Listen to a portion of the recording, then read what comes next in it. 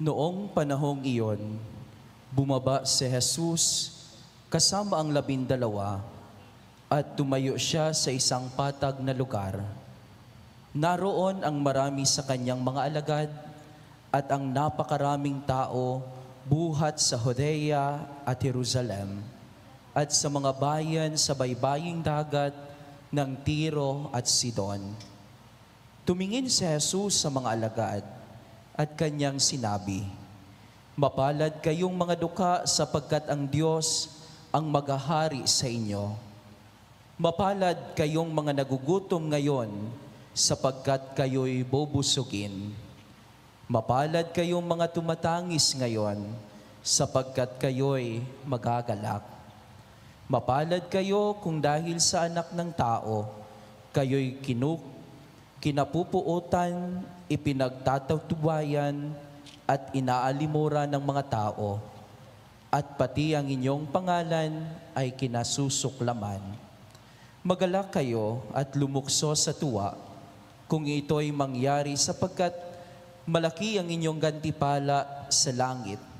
Gayon din ang ginawa ng kanilang mga ninuno sa mga propeta. Ngunit sa aba ninyong mayayaman ngayon, sapagkat nagtamasa na kayo ng kaginhawahan. Sa aba ninyong mga busog ngayon, sapagkat kayo'y magugutom. Sa aba ninyong nagsisitawa ngayon, sapagkat kayo'y magdadalamhati at magsisitangis. Sa aba ninyo, kung kayo'y pinupuri ng lahat ng tao, sapagkat gayon din ang ginawa ng kanilang mga ninuno sa mga bulaang propeta. Ang mabuting balita ng Panginoon. Pinupuri ka namin, Panginoong Hesukristo.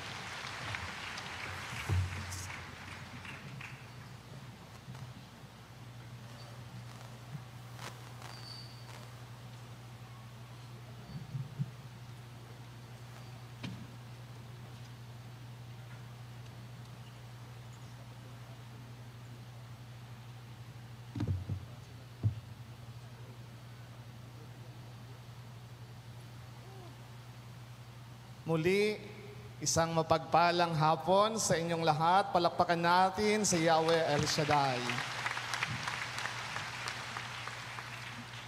Kahapon, Valentine's Day. Araw ng pagmamahal. Nagmamahal ba kayo? Sino po dito ang mga masaya dahil Valentine's Day kahapon? Sino po ang patuloy na masaya kahit wala ng Valentine's Day, nagmamahal pa rin?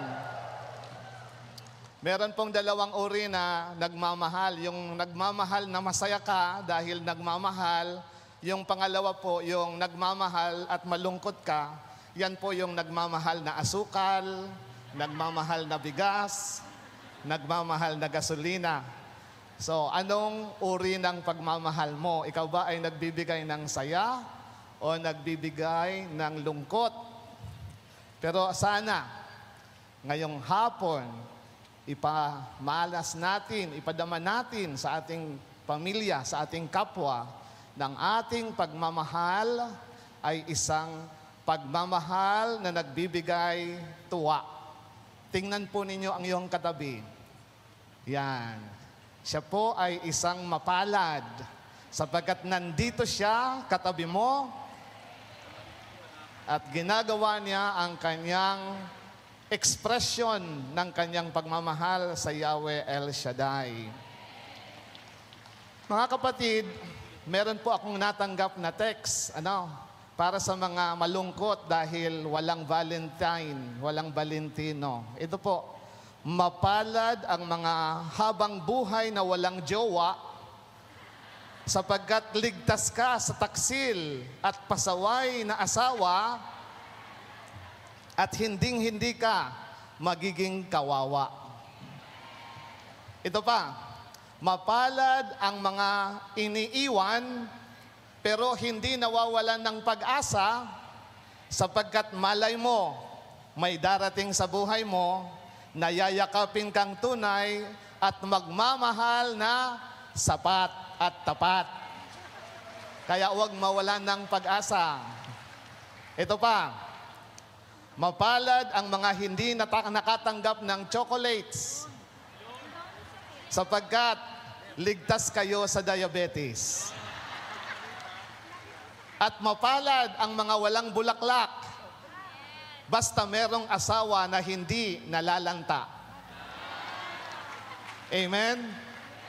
Yan. At ito nang huli.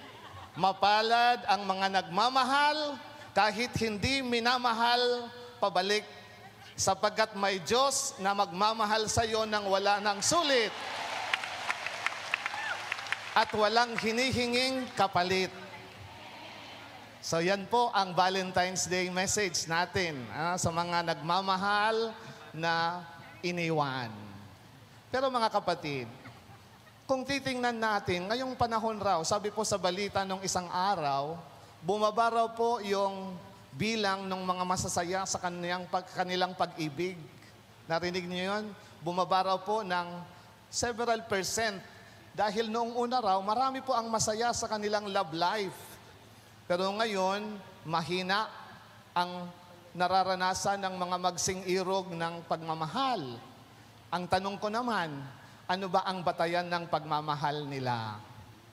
Ang pagmamahal ba nila, kung magmamahal lang sila dahil may pera, talagang maraming naghihirap ngayon, talagang hindi magiging masaya. Kung ang batayan nila ay yung kagandahan lang, habang bata, mahal mo siya, pero pag kulubot na ang noo at meron ng mga tanda ng tumatanda na yung asawa mo, bumababa na yung pagmamahal, hindi po ganyan ang batayan ng tunay na pagmamahal. Sapagat po, ang tunay na pagmamahal po ay makikita sa level na ayon sa isinasabi sa atin ng ating Panginoon. Ang pagmamahal na hindi na kikita sa salapi o sa anumang yaman, kundi nakikita sa puso ng bawat isa. Ang una po na hamon sa atin, narinig natin ang Ebanghelyo, sinasabi po sa atin ng ating Panginoon na mapapalad tayo, kayo na mga mababa ang loob. May biyaya kayong matatanggap. Mamana ninyo ang kaharian ng langit. Una, i-level up natin ang ating sinasabing perspective. Let us go to higher ground. Sapagkat maraming beses, mababa po ang ating mindset. Batayan lang natin ang ating tuwa ay yung natural na bagay na nakikita sa mundo. Yung batayan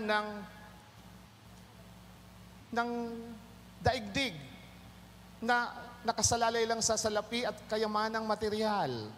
Kaya sinasabi nga po na itong Ebanghelyong ito ay sinasabing Sermon of the Mount. Si Jesus ay pumupunta usually sa bundok. At kasama ni Jesus, let us also level up our mindset in understanding the value of love. Sapagkat minsan ang value of love natin ay mababaw. Mababaw ang ating kaligayahan. So let us always remember to go into higher ground. Go to the mount with Jesus. At makikita natin, mga ginigiliw kong kapatid, na ang pagmamahal pala ay hindi lang masusukat sa salapi o sa anumang material na bagay. Kaya sinasabi nga sa atin ng ating Panginoon na magi kang mayaman, hindi sa salapi o kaya sa kayamanan dito sa mundo, kundi magi kang mayaman sa kababaang loob. Sa pagtanggap mo ng anumang hamon sa buhay, ng iyong pagmamahalan. Yan po ang tinatawag nating humility in love. Because kung meron tayong humility in loving, kahit po mahirap kayo, magiging masaya ka. Kahit po dinadaanan nyo ang pagsubok ng buhay, marami po ang mga mag-asawa na hanggang ngayon, sa kabila ng kahirapan nila ay masaya sila. Amen? Kayo ba yon? Okay, palakpakan natin ang ating sarili kung kayo yon. I-level up natin ang ating pag-uunawa sa larangan ng pag-intindi ng pagmamahal. Sa pamamagitan ng yung pangalawang message natin, if we level up our understanding, kailangan bumaba tayo. Let us humble ourselves. Ano? Maraming mga pagkakataon na Sermon of the Mount po, hindi na bumababa sa bundok. Mapagmataas na sila. Katulad po ni Sakeo, di ba si Sakeo umakyat sa punong kahoy? Pero si Sakeo po, nalaman niya ang kanyang kahinaan, bumaba rin po siya kalaunan. Hindi po siya nagtagal sa kahoy na kanyang naaapakan. Ganon rin po si Jesus. Pumunta po siya sa bundok, pero bumaba rin siya. And that is also true with our life. Kung tayo po ay may malawak na pagkaintindi at pag-unawa, we will go down with the people. Makikiisa tayo sa kahirapan ng ating mahal sa buhay. Hindi tayo magiging hiwalay sa kanila.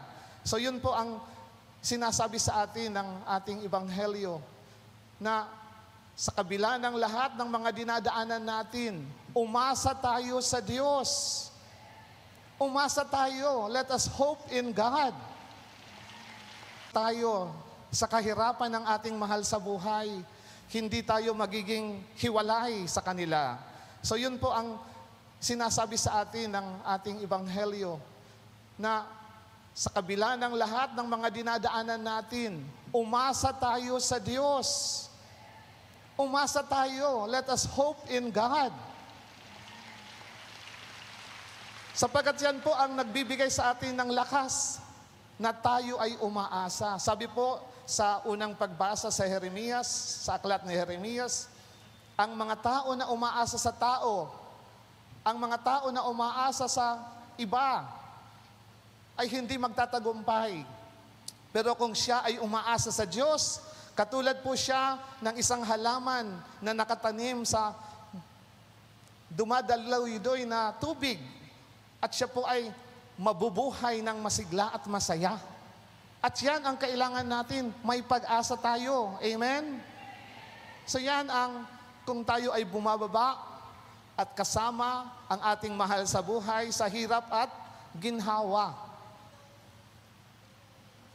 At kung sinasabi po sa ating ebanghelyo na tayo po ay makiisa, tayo po ay, we are firmly footed and grounded, hindi po tayo mag-aakmang parang nakalutang, hindi po tayo titingin sa kanila na parang hiwalay. So avoid the trap of self-satisfaction, yung palagi na lang sinasabi, ako, sarili ko, para sa akin. Hindi po magandang kaisipan o kaya mindset sa mag-asawa na ganun lang palagi. Wala ako nito, hindi mo ako binibigyan yan. So that is self-actualization and self-satisfaction. You are trapped. Nakukulong ka sa iyong sarili. Kaya sinasabi sa ebanghelyo, mapalad kayo na mga mapakumbaba.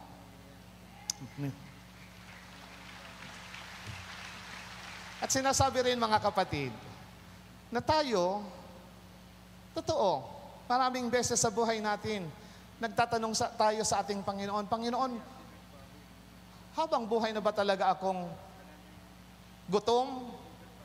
Habang buhay na ba ako, Panginoon, na mahirap? Habang buhay na ba akong tinutuligsan ng aking kapwa? Meron po akong sasabihin sa inyo. May forever ba? Merong forever? May forever bang suffering? May forever bang kagutuman? May forever bang kahirapan? Oo, wala. Walang forever. Tapos sinasabi pa ni Jesus sa atin, mapalad kayo na mga nagugutom ngayon. May karugtong yan. Sapagkat kayo ay bubusugin. Gustong sabihin, hindi kayo mapagugutom habang buhay. kayo ay bubusugin. So therefore, hindi po pang matagalan at panghabang buhay ang kahirapan. Mapapalad kayong tumatangis ngayon. Hindi po habang buhay na kayo ay tatangis. Ano ang sinasabi? Kayo ay magagalak. Di ba? Hindi po habang buhay ang kagutuman. Hindi po habang buhay ang kahirapan. Hindi po habang buhay na kayo ay pupuutan. Merong darating na kaginhawahan. Amen? At yan po ang dapat nating tingnan sa unang pagbasa. Mapalad ang umaasa sa Diyos. Kung wala kang pag-asa, habang buhay ka talagang gutom. Habang buhay kang mananaghoy at magtatangis. Pero kung may pag-asa ka sa Diyos, talaga pong walang forever suffering. At wala rin pong forever joy. Di ba? Walang forever na laughter. Ano ang sinasabi dito? Mapalad o kaya aba kayo na mga busog ngayon, sapagkat kayo magugutom. Aba kayo na mga busog ngayon, o kaya aba kayo na mga mayayaman ngayon, sapagkat magtatamasa kayo ng kaginhawahan.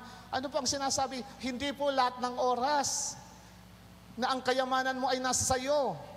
Hindi po lahat ng oras na ang pagkabusog mo sa kayamanan mo ay habang buhay na nandyan sa iyo. Sapagkat darating ang araw, aalisin yan sa iyo. Hindi po yan hindi hanggang kamatayan o hanggang sa libing kasama mo yan. Mawawala yan sa iyo. So, walang forever sa kayamanan ng mundo.